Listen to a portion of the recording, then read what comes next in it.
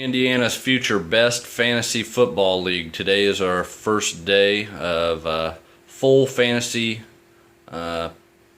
football schedule, and what we want to do is we're going to put together a little video here. We're just going to run through on Yahoo, and the commissioner Josh Hunsinger and manager of D's Nuts team.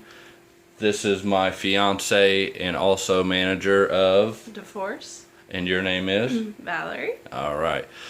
We are going to go through and we're going to look at the matchups between you guys' teams, and then we will make our picks on who we believe is going to take the cake.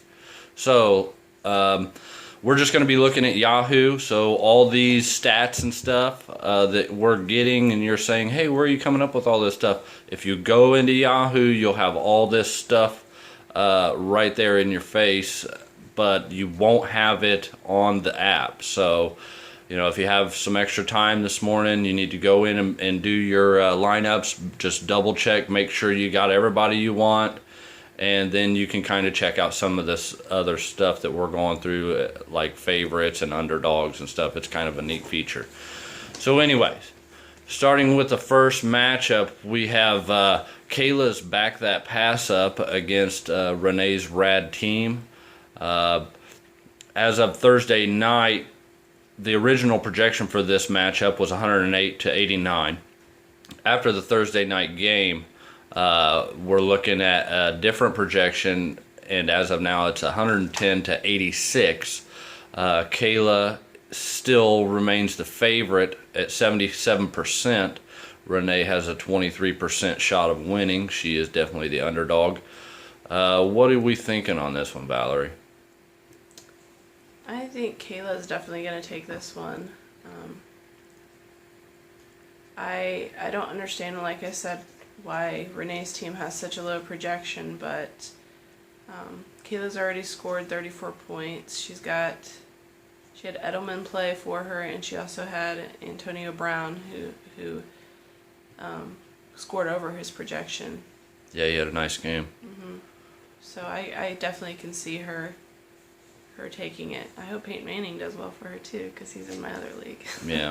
Yeah, and 19 points for Peyton Manning is not a hard thing to do. I'm kind of curious as to see what he does. What you just read a report this morning says he's lost a lot of his strength in his arm. Also, they got a new offensive coordinator there in Denver that came in and said that they're going to try and scale back the passing game. So it'll be kind of surprising to see what happens if it really does. Ben Roethlisberger for Renee's team came out and just made his projection, which was 18. He ended up scoring 19 points. Yeah, that's it.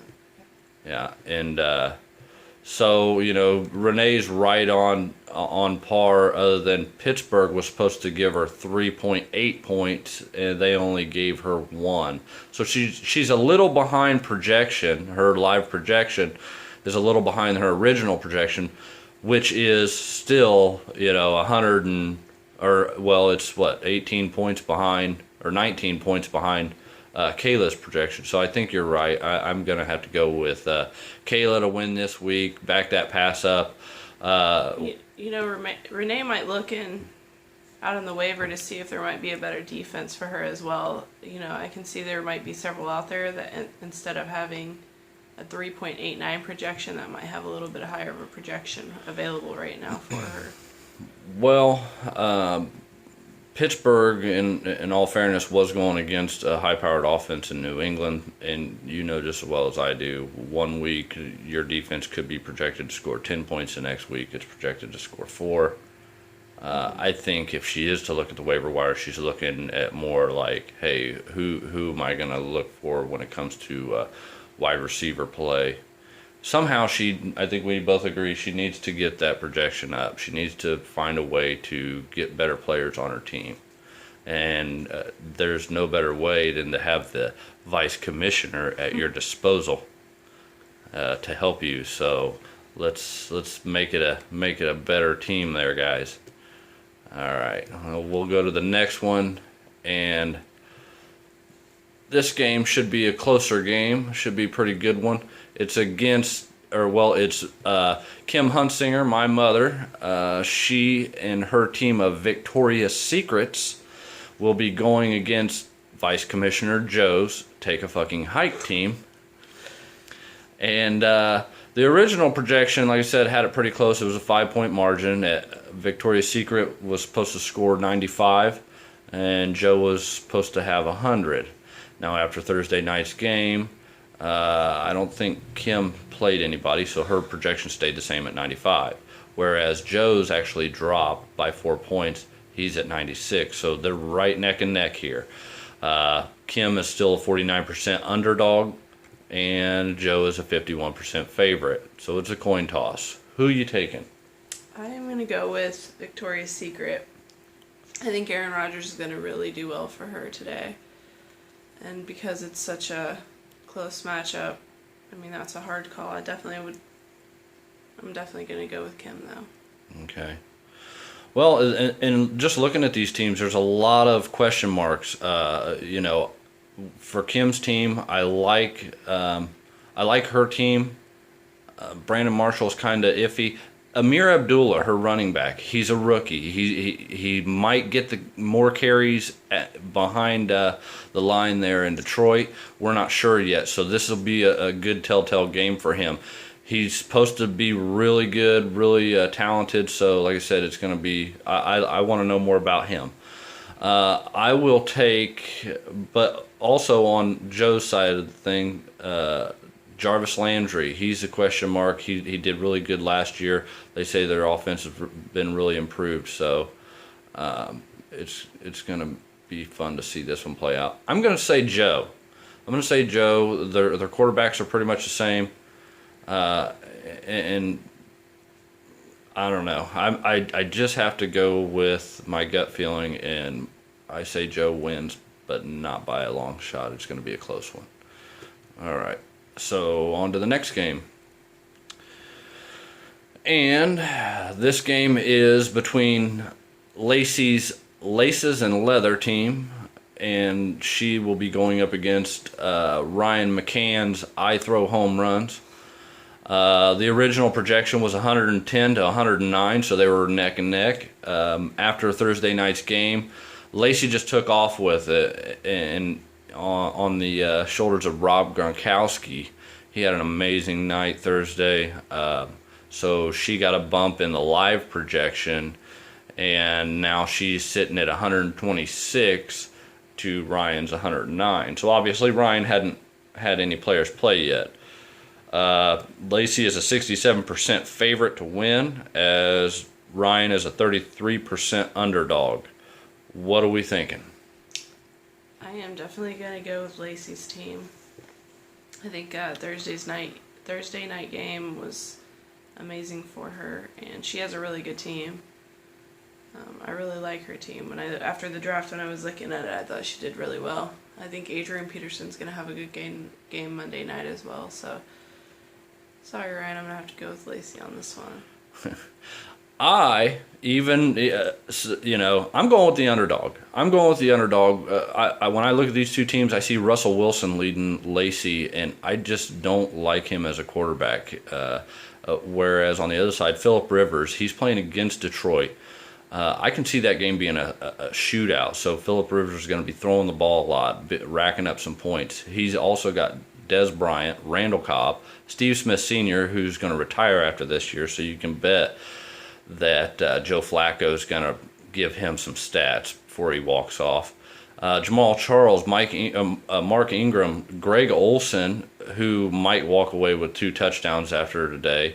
I mean, his team is stacked, and even though Rob Gronkowski, had an amazing night the other night, I think with her running back Ellington and Joseph Randall, who I don't think is going to be as good as what they're thinking he's going to be, I think he makes up the margin and takes control of this game. So I'm going to go with Ryan on that one. All right, on to our next one. Now this one is the closest game of the week. They're both projected 100 points. And have they had? every player has yet to play. So starting today, this game's going to kick off. This will be one to watch. Is Debbie's Beastie Boys mode against Sarah's My Keekly exercise. The original projection is 100 to 100. So, like I said, this is going to be a battle. It's going to be a fun one to see what happens. Debbie's a 51% favorite. Sarah's a 49% underdog. So flip a coin.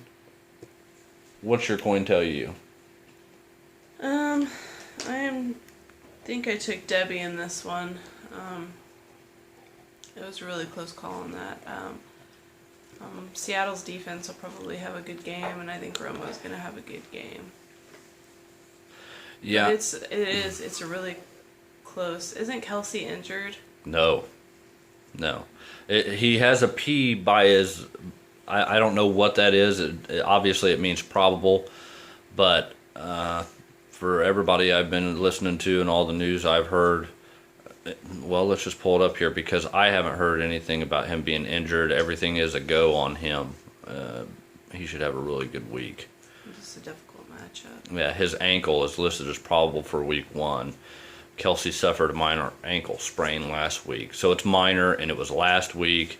There it says his health is a non-issue for Sunday's game. So he's a top 5 tight end against the Texans. So, yeah, he should have a pretty good week. Anything else on that one? No, it's just a really tough call on that. It's going to be really close, but I'm thinking Romo is going to inch her out a little bit. Yeah. Yeah, and there again, Romo against the Giants and Eli, that could be a shootout, and Romo, like I said, could be the factor there. I can see him having a really big game, having fun out there with Des Bryant and behind that great offensive line. I, on the other hand, will go with my Keekly exercise. I don't like Cam Newton. I think DeAndre Hopkins is going to have a big game. You got Demaryius Thomas, Amari Cooper, who's supposed to be an up-and-comer.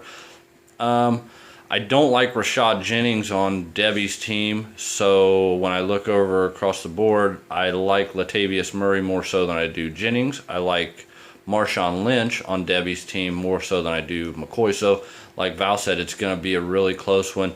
And since it's so close, she took one team, I'll take the other. I'll take Sarah to win this one, and we'll just see how it turns out.